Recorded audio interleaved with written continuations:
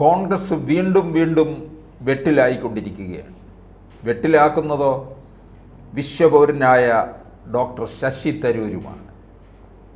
ഇക്കുറി അതിനെ ഒന്നുകൂടെ ആക്കം കൂട്ടിയിരിക്കുന്നത് BJP നേതൃത്വവുമാണ്. പ്രധാനമന്ത്രി ഇദ്ദേഹത്തിനെ സർവകക്ഷി സംഘത്തിൻ്റെ തലവനാക്കി വച്ചിരിക്കുകയാണ്. അത് എന്തുകൊണ്ടും അർഹിക്കപ്പെടുന്ന ഒരു പദവി തന്നെയാണ് കൊടുത്തിരിക്കുന്നത്. കാരണം ഇത്തരത്തിലുള്ള കാര്യങ്ങൾ, നയതന്ത്ര കാര്യങ്ങളെക്കുറിച്ച് വ്യക്തമായ ധാരണയുള്ള മറ്റൊരാളിലേക്ക് പകർന്നു കൊടുക്കാൻ കഴിയുന്ന ഒരാളാണ് ശശി തരൂർ. അദ്ദേഹം തിരുവനന്തപുരത്തോ കേരളത്തിലോ ഇന്ത്യയിലോ മാത്രം ഒതുങ്ങി നിൽക്കുന്ന ആളല്ല.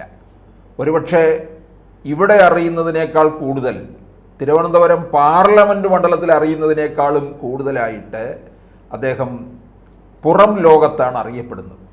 അതുകൊണ്ട് തന്നെ അവിടെ ചെല്ലുമ്പോൾ അദ്ദേഹം ഇത് വിശദീകരിക്കുമ്പോൾ ഇതാരാണ് പറഞ്ഞത് എന്നുള്ളത് മറ്റുള്ളവർക്ക് അത് ഇന്നാരിൽ നിന്നാണ് ഞങ്ങൾ കേട്ടത്, മനസ്സിലാക്കിയത് എന്ന് പറയുമ്പോഴും അതിനൊരു പ്രൗഢി മറ്റൊന്നാണ്.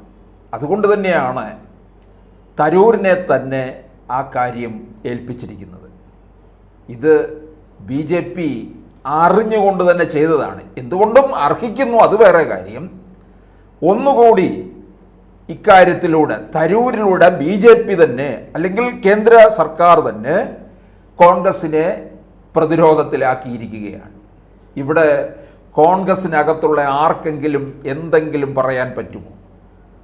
അതായത് രാഹുൽ ഗാന്ധിക്ക് എന്തെങ്കിലും അഭിപ്രായം പറയാൻ കഴിയുമോ? കോൺഗ്രസ് കൊടുത്തിരിക്കുന്ന ലിസ്റ്റിൽ തരൂരില്ല എന്നുള്ളതാണ്. തരൂരിനെ ഇവർക്ക് ഈ കഴിച്ചിട്ട് തുപ്പാനും വയ്യ, മധുരിച്ചിട്ട് ഇറക്കാനും വയ്യാത്ത ഒരു സ്ഥിതിയിൽ കൊണ്ടു നടക്കുകയാണ്.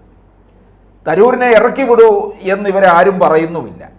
തരൂർ 4 തവണ തിരുവനന്തപുരത്ത് നിന്ന് മത്സരിച്ച് വിജയിച്ചു പോവുകയും ചെയ്തു. പ്രധാനപ്പെട്ട കാര്യങ്ങളിലൊക്കെ തന്നെ നരേന്ദ്രമോദിയോട് അനുഭാവം പ്രകടിപ്പിക്കുകയും ചെയ്യുന്നുണ്ട്. ഉള്ളതുപോലെ പറയുക. മോദിയും ട്രംപുമായിട്ടുള്ള കൂടിക്കാഴ്ച, ആ കൂടിക്കാഴ്ച വളരെ അർത്ഥവത്താണ്, അതിന് വളരെ അർത്ഥവ്യാപ്തിയുണ്ട്.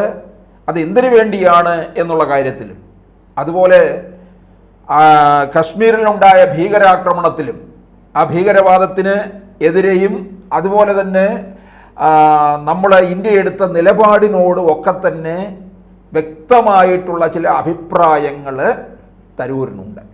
അതുകൊണ്ട് തന്നെയാണ് രാജസൂയ യാഗമാണ് ഇനി നരേന്ദ്രമോദി നടത്താൻ പോകുന്നത്. ആ രാജസൂയ യാഗത്തിനു മുമ്പ് അശ്വത്തെ അഴിച്ചുവിടുമല്ലോ.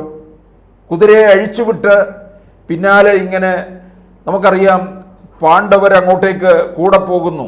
അശ്വരക്ഷിതാവായിട്ട് പോയത് അർജുനനാണ്. പലയിടങ്ങളിലും വെച്ച് പലരും പിടിച്ചു കെട്ടി. അവരെയോടൊക്കെ തന്നെ യുദ്ധം ചെയ്ത് പരാജയപ്പെടുത്തിയിട്ടാണ് അർജുനനും സംഘവും യാത്ര തുടർന്നത്. എന്ന് പറഞ്ഞതുപോലെ തരൂരും സംഘവും അശ്വരക്ഷിതാവായിട്ട് മുമ്പോട്ട് പോവുകയാണ്. മോദിജി അങ്ങ് തുറന്നു വിട്ടുകൊടുത്തിരിക്കുകയാണ്. ആരെങ്കിലുമൊക്കെ പിടിച്ചു കെട്ടിയാൽ അതിനോടെതിരിടാൻ തക്കവണ്ണം പ്രാപ്തിയുള്ള ആളാണ് ശശി തരൂർ. അങ്ങനെ ലോകം മുഴുവൻ ചുറ്റിക്കറങ്ങി ഇവിടെ എത്തുമ്പോഴായിരിക്കും രാജസൂയ യാഗവും നടക്കുക. എന്തായാലും ഇത് വളരെ കൃത്യമായിട്ട് ചെയ്യുന്ന ഒരു കാര്യമാണ്. എല്ലായിടങ്ങളിലും വിശദീകരണം നടത്തി കഴിയുമ്പോൾ പലപ്പോഴും പാകിസ്ഥാൻ ചോദിക്കാറുണ്ട്, തീവ്രവാദം, ഭീകരവാദം, ഇത് ആക്രമണം നടത്തുന്നത് പാകിസ്ഥാനാണ് എന്ന് പറയുമ്പോൾ തെളിവ് ചോദിക്കാറുണ്ട്. ഇക്കുറി അതെല്ലാം തെളിവുകൾ നിൽക്കുകയാണ്. അതുകൊണ്ട് തന്നെയാണ് ഇങ്ങനെ ഒരു സംഘത്തെയും നിയോഗിച്ചിരിക്കുന്നത്. ഇത് കോൺഗ്രസിനെ സംബന്ധിച്ചിടത്തോളം വലിയൊരു അസ്വസ്ഥത സൃഷ്ടിക്കുന്നതാണ്.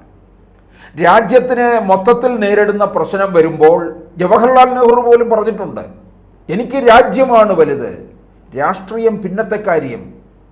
പക്ഷേ ഇവിടെ പുറമേ മാത്രം, അതായത് രാജ്യത്തുള്ള ജനങ്ങളെ കാണിക്കുന്നതിന് വേണ്ടി മാത്രമാണ് കോൺഗ്രസ്സുകാരും രാഹുൽ ഗാന്ധി അടക്കമുള്ളവർ ചെയ്തത്. ഞങ്ങൾ രാജ്യത്തിന് വേണ്ടിയാണ് നിലയുറപ്പിച്ചിരിക്കുന്നത്, ഞങ്ങൾ ഒറ്റക്കെട്ടാണ് എന്ന് പറഞ്ഞത് ഒരു കാപട്യത്തോടു കൂടിയാണ് പറഞ്ഞത്, ഒരു കൃത്യതയോടുകൂടി ഒന്നും അല്ല എന്നുള്ളതാണ്.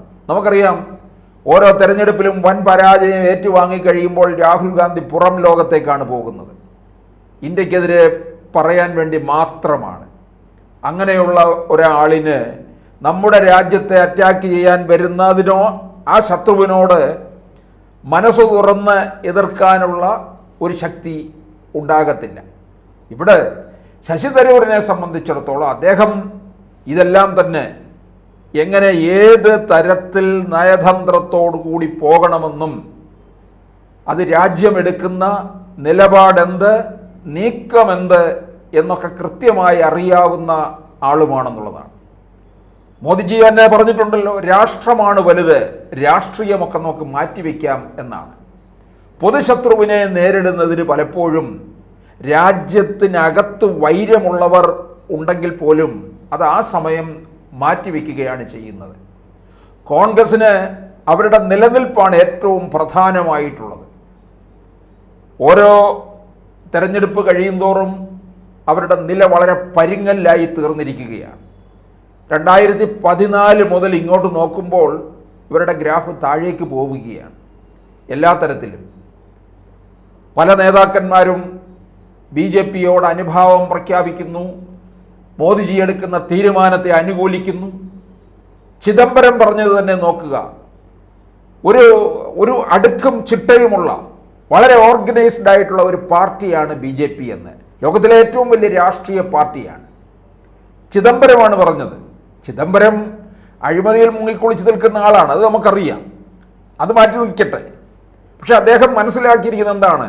BJP ഉണ്ടാക്കിയിട്ടുള്ള ഒരു കൃത്യത, ചിട്ട ഇതൊക്കെയാണ്. അതെ, അതൊരു കേഡർ പാർട്ടി തന്നെയാണ് എന്ന് തന്നെയാണ് പറഞ്ഞിരിക്കുന്നത്. അതൊരു തുറന്ന വേദിയിൽ പറയുന്നു. ചിദംബരം അങ്ങനെ പറയണമെന്നുണ്ടെങ്കിൽ കോൺഗ്രസിന് എത്രത്തോളം ദുർബലമായി എന്നുള്ളതാണ്. ഇന്ത്യ മുന്നണി ശുഷ്കിച്ചു കഴിഞ്ഞു. അതിൻ്റെ തുടക്കവും അങ്ങനെയാണല്ലോ.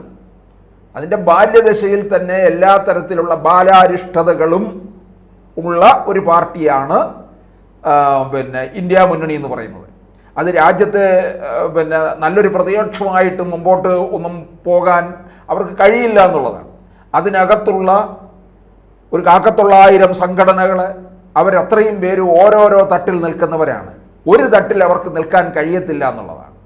ഒന്നിച്ചു നിൽക്കുകയും പല സംസ്ഥാനങ്ങളിലും ഇവർ വൈരികളായി മാറുകയുമാണ് ചെയ്യുന്നത്. എന്തിന്? ഡൽഹിയിൽ 8 നിലയിൽ തകർന്നടിഞ്ഞ കോൺഗ്രസ് പോലും അവിടെ ആം ആദ്മിക്കെതിരെയാണല്ലോ മത്സരിച്ചത്. അങ്ങനെയുള്ള ഇവർക്ക് ഈ രാജ്യത്ത് ഇന്ത്യ മുന്നണി അധികം ഇടം പിടിക്കാൻ പോകുന്നില്ല എന്ന് അവർക്ക് തന്നെ അറിയാവുന്നതാണ്. അതാണ് ചിദംബരത്തിനെ പോലുള്ളവർ പറഞ്ഞത്, ഇന്ത്യ മുന്നണി ഒന്നും യാതൊരു നേട്ടവും ഉണ്ടാക്കാൻ പോകുന്നില്ല, അതിൻ്റെ ശക്തി ക്ഷയിച്ചു, അത് ദുർബലമാണ് എന്ന്. അതുതന്നെയാണ് നമ്മൾ തുടക്കം മുതൽ കണ്ടുകൊണ്ടിരിക്കുന്നത്. ഇതിപ്പോൾ അതിൻ്റെ ഇനിയൊരു തെരഞ്ഞെടുപ്പ് കാലമാകുമ്പോഴായിരിക്കും അവരത്തരത്തിലുള്ള ഒരു സഖ്യത്തെക്കുറിച്ച് ആലോചിക്കാൻ പോകുന്നത്. ഇനി എന്തായാലും ഈ അത്തരത്തിലുള്ള ഒരു മുന്നണിയുമായിട്ടുള്ള പോക്കിനെക്കുറിച്ച് തന്നെ ഈ കോൺഗ്രസ്സിലെ അല്പം പ്രഗത്ഭരായവർക്ക് മുമ്പോട്ട് പോകാൻ കഴിയില്ല എന്നുള്ളതാണ്, പ്രത്യേകിച്ച് ശശി തരൂരിനെ പോലുള്ളവർക്ക്. എന്തായാലും നമ്മൾ പലപ്പോഴും പറയാറുണ്ട് തരൂർ BJPയിലേക്ക് പോകുമെന്നൊക്കെ. പക്ഷേ അതെന്തെങ്കിലും ആകട്ടെ, തരൂരിന് തലയ്ക്കകത്ത് ആൾതാമസം ഉള്ളത് കൊണ്ടാണല്ലോ തരൂരിന് ഈ ഒരു വലിയൊരു കൃത്യം കേന്ദ്ര സർക്കാർ ഏൽപ്പിച്ചിരിക്കുന്നത്. അല്ലാതെ വെറുതെ ഇപ്പം A.A. റഹീമിനെയോ ജോൺ ബ്രിട്ടാസിനെയോ അല്ലല്ലോ ഏൽപ്പിച്ചിരിക്കുന്നത്. തരൂര് നിൽക്കുന്ന ഇടം നല്ല കൃത്യമായിട്ട് അറിയാം എന്നുള്ളതാണ്. അദ്ദേഹം ഒരു MP എന്നുള്ള രീതിയിൽ തിരുവനന്തപുരത്തിൻ്റെ മുമ്പിൽ പരാജയമാണെങ്കിലും വിശ്വപൗരൻ എന്നുള്ള നിലയിലും നയതന്ത്ര ബന്ധകാര്യങ്ങളിലും ഒക്കെ അദ്ദേഹത്തിന് നല്ല അവഗാഹം ഉണ്ടെന്നുള്ളതാണ്. അതാണ് അദ്ദേഹം ഇനിയും പ്രകടിപ്പിക്കാൻ പോകുന്നത്.